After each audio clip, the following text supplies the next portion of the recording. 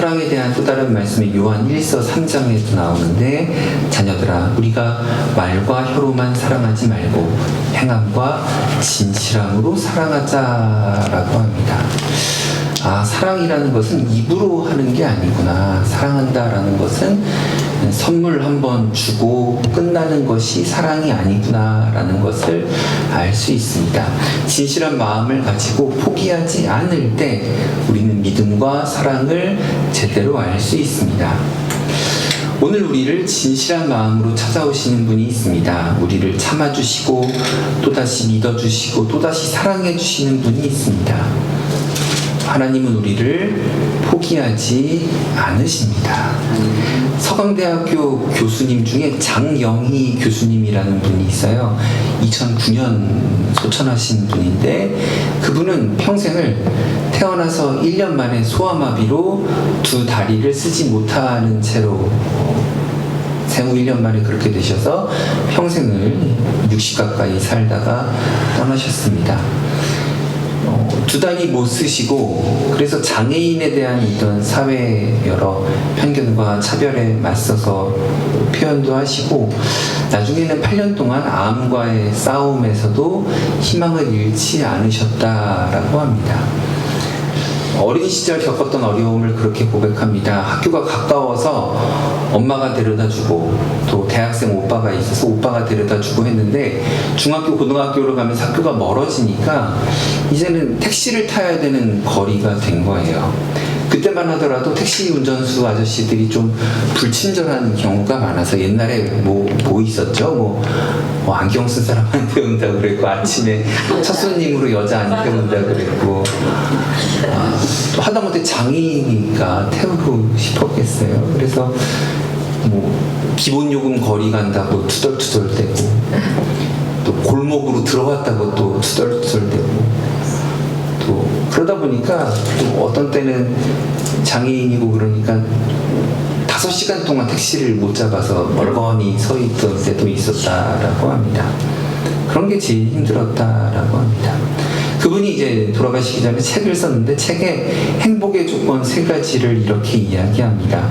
사랑하는 사람들, 내일을 위한 희망, 그리고 내 능력과 내 재능으로 할 수 있는 일, 이 3가지가 행복의 3가지 조건이 아닌가라고 이야기를 했다라고 합니다. 그러면서 하는 말이, 소금이 조금만 있어도 3% 정도만 있어도 바닷물이 썩지 않는 것처럼, 우리 마음에 나쁜 생각이 있고 삶에 안 좋은 일이 많이 겹치고 일어난다 할지라도 3%의 좋은 생각이, 작은 생각이 나를 지탱해 줄 수 있다라는 것입니다. 어떤 때는 이 3%의 좋은 생각을 갖는 것도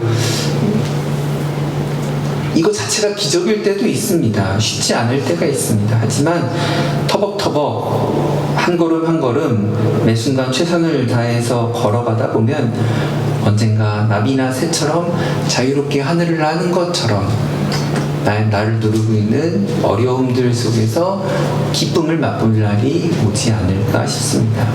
겉으로 보면 이 장영이라는 이분은 불우한 사람이었지만 내면에서는 행복한 삶을 살다 가신 분인 것 같습니다. 우리는 우리가 원하는 대로 일이 풀리지 않으면 쉽게 하나님을 원망합니다. 이거 왜 그래요? 왜 나한테 왜 그래요? 내 삶은 왜 그래요? 하나님을 쉽게 원망하고 쉽게 포기합니다. 하나님에 대한 기대를 저버립니다. 그런데 하나님은 우리를 포기하지 않습니다. 우리에 대한 기대와 믿음을 함부로 망가뜨리지 않으십니다. 또다시 사랑하십니다. 또다시 사랑하기로 결정하십니다. 작정하십니다. 오늘 읽은 예레미야 31장 31절 말씀이 있습니다. 다시 한번 여러분들이 크게 읽어주세요. 시작. 여호와의 말씀이니라. 보라, 날이 이르니 내가 이스라엘 집에 유다 집에 새 언약을 맺으리라. 새 언약이라는 것은 새로운 결단을 맺겠다는 거예요. 하나님이 새로운 다짐을 맺겠다라는 것은 무슨 말인가? 첫 번째로 살펴볼 것은 우리의 죄 때문이라는 거예요. 우리의 죄 때문에 새로운 언약을 맺으시겠다라고 결정을 하신 거예요.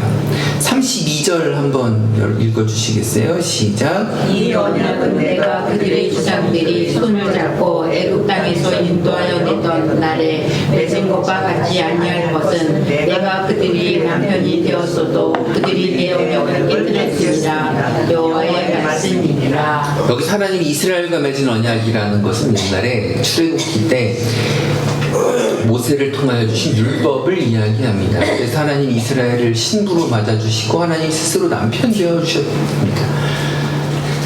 아내를 책임지는 남편이 되어주신 거예요. 근데 이스라엘이 이 결혼을 파기해버린 거예요. 우상을 따르고 자신들의 욕심을 동시에 섬긴 거예요. 여러 번 이야기하듯이 나 이제부터 하나님 안 볼래, 하나님 안 만날래, 교회 안 갈래. 그게 하나님을 배신하는 게 아니라요.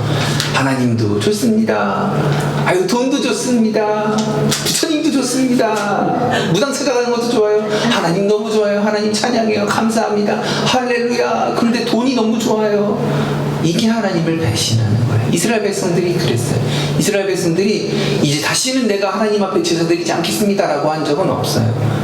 그러지 않고 하나님도 좋은데요. 바알도 좋아요. 바알 신이 비를 내려주면 우리 농사가 잘 될 거예요. 라고 했던 것이 하나님을 배신했다라는 것입니다.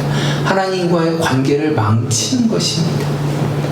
하나님이 이스라엘을 신부로 아내로 맞이했다고 했는데 부부관계가 어떻습니까? 어우 여보 자기 너무 사랑해요. 자기 너무 좋아요. 난 자기의 신부예요. 너무 좋아요. 네 옆집에 김씨 아저씨도 너무 좋아요. 건넌 마을 최씨 아저씨도 너무 좋아요. 그 아저씨도 너무 사랑해요. 박씨 아저씨 너무 잘생겼어요. 그게 정상적인 사랑의 관계인가요? 그게 아니라고 말을 하는 거죠. 하나님은 오늘 말씀을 통해서 새로 시작하겠다라고 하는 거예요. 오늘 읽은 예레미야 31장의 말씀을 토대로 여러분 이거 뭔가요? 이거 뭔가 뭐를 들고 있나요? 성경책이죠. 성경책에 두 가지로 있죠. 구약과 신약이 있죠. 그래서 예레미야 31장의 이 말씀을 가지고 옛 약속, 구약, 새로운 언약, 새로운 약속, 신약이라고 부르게 되는 것입니다. 왜 이렇게 하셨는가? 하나님의 새로운 결단은 두 번째로 하나님이 친히 하시겠다라는 거예요. 친히 이행하시겠다. 33절 여러분 한번 크게 다시 한 번만 읽어주세요. 시작. 그러나 그날에 내가 이스라엘 집과 맺은 언약을 이루하니 곧 내가 나의 얼굴 그들이 속에 넣으며 그들의 마음을 기록하여 나는 그들의 하나님이 되고 그들은 내 백성이 될 것이라. 여호와의 말씀이니라. 이것은 사람의 마음에 새기는 약속이다. 옛날 약속은 돌판에 새겼고 새로운 약속은 마음에 새긴다라고 보통은 이해를 하시지만 사실은 이제 신명기 6장에 보면 옛날 약속도 마음에 새기긴 했었거든요. 새로운 약속은 이제 하나님이 친히 새겨주신다라는 거예요. 내가 나의 법을 그들 속에 두며 그들의 마음에 기록하겠다는 거예요. 내가 새기면요 내 자랑이 돼요. 나의 의의가 돼요. 나의 자랑거리가 돼요. 그런데 이제는 하나님이 새기시겠다라는 거예요. 하나님이 새겼으니까 내가 자랑할 게 있어요? 없어요? 없어요. 자랑하려면 이렇게 자랑하면 돼요. 하나님이 새겨주셨습니다. 하나님이 나를 좋게 보셨습니다. 그래서 혹시 나중에 전도의 기회가 생기신다면 내가요 하나님 잘 믿고요, 내가 기도 되게 많이 하고요, 내가 성경 되게 많이 알아요 라고 전도하는 것이 아니라 하나님이 나에게 약속을 주셨어요. 그게 감사해요. 나는 한 게 없는데 하나님이 나를 기뻐하세요. 형제님 자매님, 당신도 하나님이 약속을 해주시기 원해요. 당신의 삶에 하나님이 약속을 걸어두시기 원해요. 당신이 스스로 노력해서 하나님을 어떻게든 붙잡아야지라고 하는 것이 아니라 하나님이 약속해 주신대요. 그게 참 기쁘고 감사하지 않아요? 라고 말씀하실 수 있는 저 여러분 되셨으면 좋겠습니다. 세 번째로 마지막으로 기억할 것은 좀 특이한 말씀입니다. 너는 여호와를 알라라고 할 필요가 없다는 말입니다. 이게 무슨 말입니까? 34절 여러분들이 한번 중간까지만 읽어보세요. 제가 그만이라고 할게요. 34절 시작. 그들이 다시는 각기 이웃과 형제를 가르쳐 이르기를 너는 여호와를 알라 하지 아니하니 이는 작은 자부터 큰 자까지 다 나를 알게 되느니라. 하나님 이제는 여호와를 알라라고 할 필요가 없다라는 말이 무슨 말이냐? 전도할 필요가 없다는 말인가? 아니요.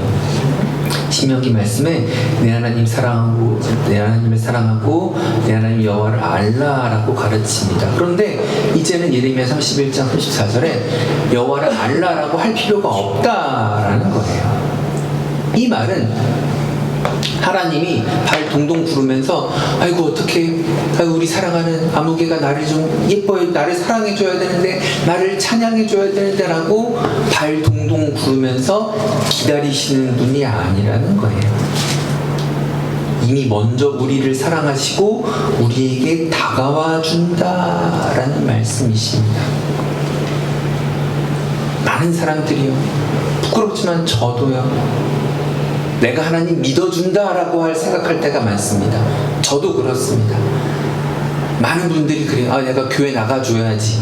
아유, 우리 아무개 권사님이 나를 예뻐해 주시니까 내가 교회 나가줘야지. 우리 목사님이 그렇게 열심히 하시니까 내가 교회 나가줘야지. 내가 하나님 믿어줘야지 라고 생각하시는 분이 너무 많아요. 죄송하지만 저도 그럴 때가 있습니다. 하지만 꼭 알아야 될 것은 하나님이 먼저 우리를 사랑하여 주시고 우리에게 다가와 주시는 은혜가 먼저였다라는 것을 기억하시기 바랍니다. 한번 따라해 주시죠. 하나님이 나를 먼저 사랑하셨다. 너무나 중요한 거예요. 너무 중요한 거예요. 하나님의 은혜라는 것은요, 값싼 게 아니에요. 싸구려가 아니에요. 무능한 게 아니에요. 그 은혜는 우리를 변화시키는 은혜예요. 회개라는 말이에요. 여러 차례 제가 반복하고 앞으로도 반복할 말이지만, 회개라는 말은 구약성서의 유대인들의 말로 슈브라고 하는 건데, 돌이킨다라는 거예요. 돌이킨다. 이 회개가 하나님과 멀어졌던 우리가 하나님 이제 왔으니 내 집을 찾아 주여 나를 받아주소서라고 하는 게 먼저가 아니라, 돌아선 우리가 내가 먼저 돌아서는 게 아니라 하나님이 먼저 돌아서시는 거예요. 이 말이 이상하죠?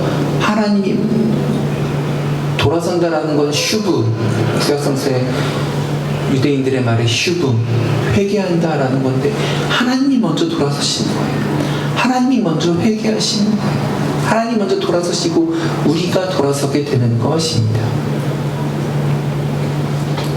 사랑하는 성도 여러분, 우리가 하나님이 우리를 사랑하시는 은혜를 좀 더 깨달았으면 좋겠습니다. 계속 급하게 과감하게 결단하며 주님 앞에 돌이키셨으면 좋겠습니다. 그마저도 우리의 결단이요, 우리의 의지가 아닐 때가 많습니다. 예수님의 십자가의 능력으로 말미암아 그렇게 될 때가 많은 것입니다. 한시라도 빨리 급하게 강하게 강한 결단으로 주님께로 마음을 돌이키시기 바랍니다. 신약성경의 교훈은 그래서 예레미야 31장을 가지고 옛 언약이 있었구나, 지금 우리가 받은 이 십자가의 복음은 새 언약이구나 라고 이해하면서 예수님의 십자가와 그 부활을 새 언약으로 받아들였습니다. 우리도 받아들였습니다. 이것은 마음에 새기겠다라는 거예요. 불변하겠다는 거예요. 말씀을 마치겠습니다. 더 나아가서, 한 걸음 더 나아가서 바울은 이 새 언약을 성령의 사역으로 보았어요.